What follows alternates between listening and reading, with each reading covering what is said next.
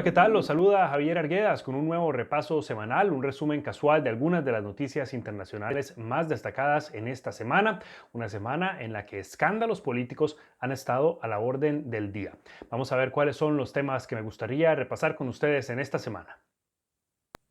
La semana 38 de este año 2020. Comenzamos con la muerte de Ruth Bader Ginsburg en Estados Unidos y lo que significa para el futuro judicial del país, el reporte de la ONU sobre los derechos humanos en Venezuela que ha desatado ya reacciones internacionales, el juicio contra Martín Vizcarra en Perú y lo que significa para el futuro político del país, y finalmente la disputa por TikTok entre China y Estados Unidos que ya genera consecuencias a nivel internacional.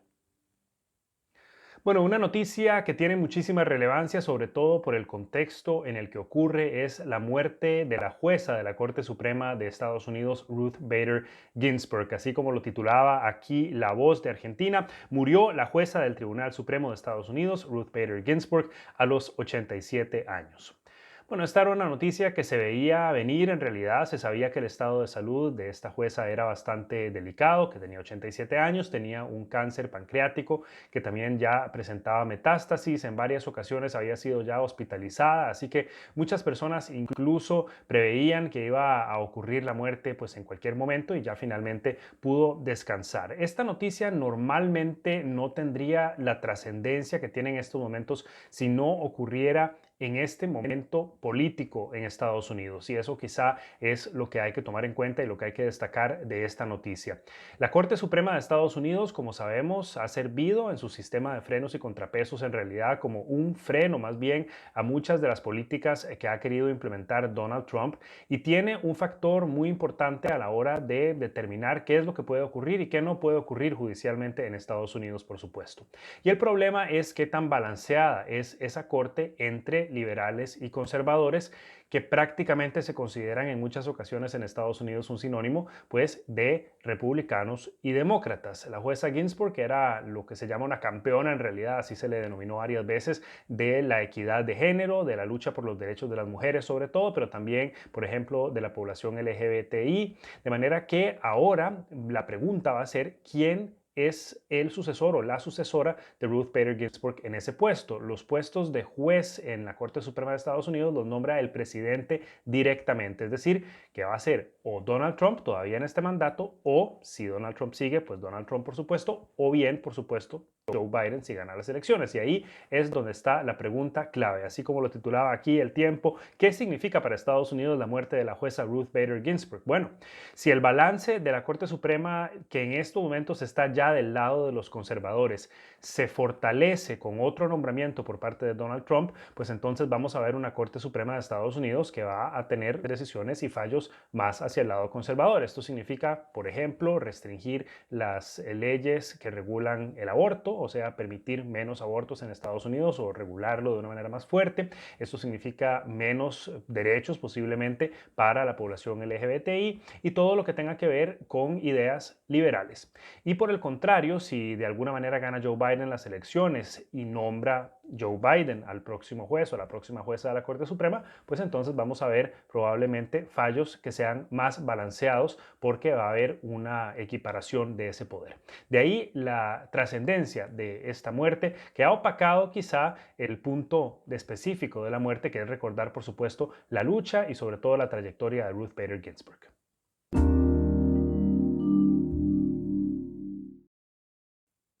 Bueno, una noticia que ha generado una serie de reacciones diplomáticas internacionales es el reporte de la Organización de las Naciones Unidas en relación con los derechos humanos en Venezuela. Así como lo titulaba aquí, el efecto Cocuyo: misión de la ONU publicará informes sobre derechos humanos en Venezuela este 16 de septiembre. Bueno, ese reporte fue efectivamente publicado y fue bastante devastador, bastante demoledor en contra del gobierno de Nicolás Maduro, acusando a ese gobierno y a Nicolás Maduro en concreto, pues de toda una serie de violaciones a los derechos humanos en Venezuela. Eso va desde los presos políticos que tiene el país hasta la represión violenta de las protestas, desapariciones forzadas, tortura, y toda otra clase de atrocidades que en este caso habría cometido el gobierno según esa misión de las Naciones Unidas. Recordemos que Nicolás Maduro mismo no había realmente permitido que este grupo de Naciones Unidas trabajara internamente en Venezuela, sino que ha tenido que establecerse en Panamá. Esto después de que la alta comisionada de los derechos humanos de la ONU, Michelle Bachelet, ya hubiera en realidad adelantado en algunos de sus propios informes y también en algunas de sus declaraciones, pues que hay graves violaciones de derechos humanos en Venezuela. Esto es algo que, por supuesto, ni es nuevo ni era imprevisible. Por supuesto que Nicolás Maduro sabe también que la ONU ha denunciado ya en varias ocasiones estos abusos y pues estas violaciones a los derechos humanos, pero el problema es que nos encontramos en un contexto político importante en Venezuela porque se avecinan las elecciones legislativas en diciembre en las que Nicolás Maduro en realidad quiere legitimar su poder y en un proceso además que está tratando de hacer parecer lo más transparente posible, invitando a organismos internacionales a que participen como observadores en estas elecciones para que nadie pueda decir ni que hubo fraude ni que fueron elecciones ilegítimas. Y bueno, lo difícil aquí es la presión internacional porque, así como lo titulaba aquí El País, el informe de la ONU sobre Venezuela devuelve vigor a la presión internacional contra Maduro. ¿Por qué? Porque ahora todos los países que están involucrados y que están llamados a respetar ese resultado electoral que vendría ahora en diciembre, pues tienen un informe, un reporte blanco y negro sobre el papel donde la ONU, ni más ni menos, dice claramente que el gobierno está violando los derechos. Entonces es, por supuesto, más difícil respaldar cualquier tipo de proceso. De ahí que, por ejemplo, la Unión Europea se hubiera reunido ya para analizar este reporte con el fin también de tomar posibles medidas, posibles consecuencias de este informe en su manejo de las elecciones legislativas. La Unión Europea, por ejemplo, ha pedido que esas elecciones se aplacen, que no ocurran ahora, porque no tendría ni siquiera el tiempo el organismo pues para poder hacer una observación verdaderamente legítima de este proceso electoral. Y recordemos además que a lo interno de Venezuela la oposición, que está fragmentada, ha intentado en parte boicotear esas elecciones de entrada, decir que no va a participar porque no las considera ilegítimas, y mientras hay otro bloque que sí está intentando participar para ganar la mayor cantidad de puestos en ese Congreso. Muy interesante este tema y que por supuesto no ha terminado.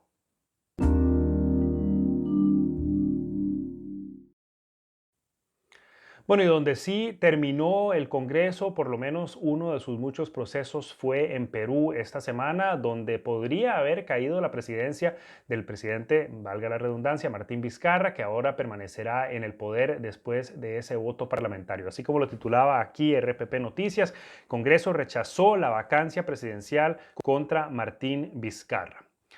Bueno, esto fue una de las movidas y una de las jugarretas políticas, en realidad no hay otra forma de describirlo, que han ocurrido en Perú en los últimos meses y sobre todo desde la llegada a la presidencia de Martín Vizcarra, que recordemos era el vicepresidente del país, pero después de que el presidente tuviera que renunciar por cargos de corrupción, pues asumió la presidencia y no tiene una bancada que lo respalde en el Congreso. Y desde entonces ha habido un ir y venir de luchas de poderes entre el Congreso y el presidente, entre el Ejecutivo y pues el Poder Legislativo. Y lo que ocurrió en esta ocasión fue que, bueno, Martín Vizcarra aparentemente, según unas grabaciones que aparecieron, intentó amedrentar de alguna manera o evitar que dos de sus funcionarias dijeran la verdad en declaraciones de un alegado caso de presunta corrupción en el que el presidente habría contratado a un cantante como maestro de ceremonias para ciertos eventos durante la pandemia.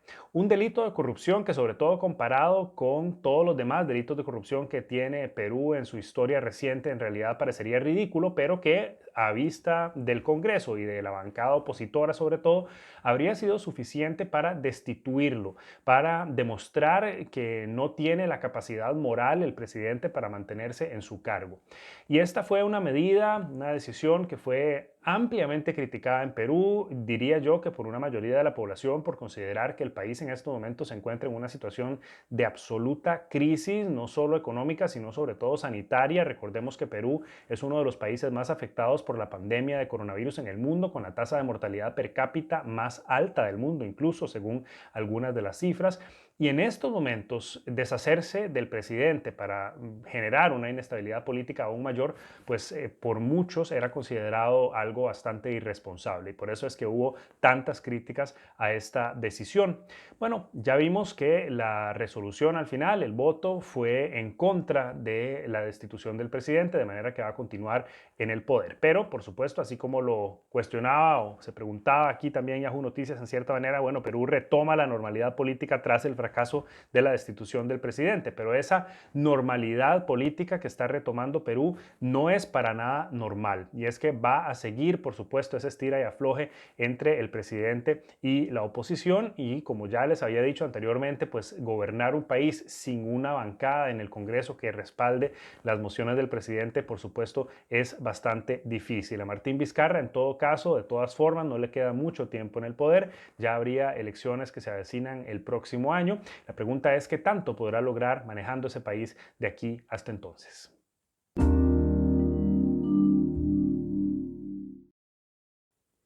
Bueno, y esta semana vimos también el próximo paso, pero definitivamente no el desenlace de esa disputa entre China y Estados Unidos en esta ocasión por la plataforma de videos, la red social TikTok, que como sabemos goza de enorme popularidad y que ha estado en el centro de la discordia entre Estados Unidos y China. Así como lo titulaba aquí el Financiero, Trump ordena restringir descargas y negocios de TikTok y WeChat en Estados Unidos a partir del domingo.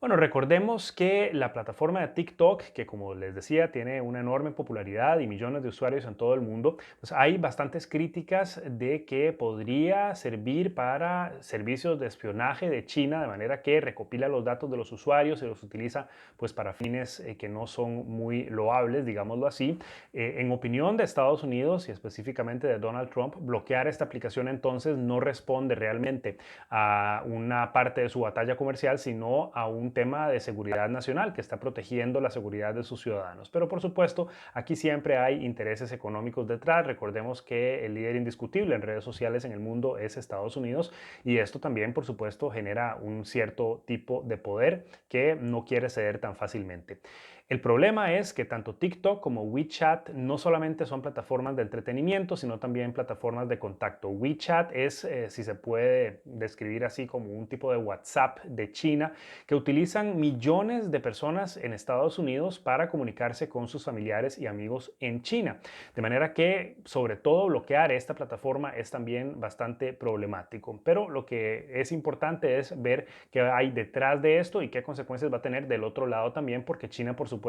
no se va a quedar de brazos cruzados ante esta situación. Así como lo titulaba aquí el Financiero, el país asiático, o sea, China, se alista para contraatacar a Estados Unidos en guerra tecnológica. Y esto significa que China va probablemente a implementar una serie de sanciones para contrarrestar estas medidas de Estados Unidos. Sanciones que todavía no sabemos cómo van a ser exactamente, pero que por supuesto podrían afectar los negocios y también la infraestructura tecnológica de Estados Unidos. En ocasiones anteriores, China ha logrado, por medio de medidas como simplemente instar a su población de, ya sabemos, millones de habitantes, a dejar de utilizar un producto o a boicotear una marca, ha llegado incluso a quebrar negocios en el pasado, de manera que uno podría imaginarse que, por ejemplo, por decir algo quizá un poco descabellado, puede pedirles que dejen de comprar productos de Apple, y con ello le daría un fuerte golpe a esa compañía estadounidense. Pero por supuesto también puede proceder con bloqueos de viaje, por ejemplo, para ejecutivos estadounidenses de empresas que tengan que supervisar los negocios que tienen en China. Recordemos que China fabrica una gran cantidad de los productos, incluso de las tecnológicas estadounidenses. De manera que hay mucha tela que cortar aquí, y vamos a ver cómo continúa en las próximas semanas.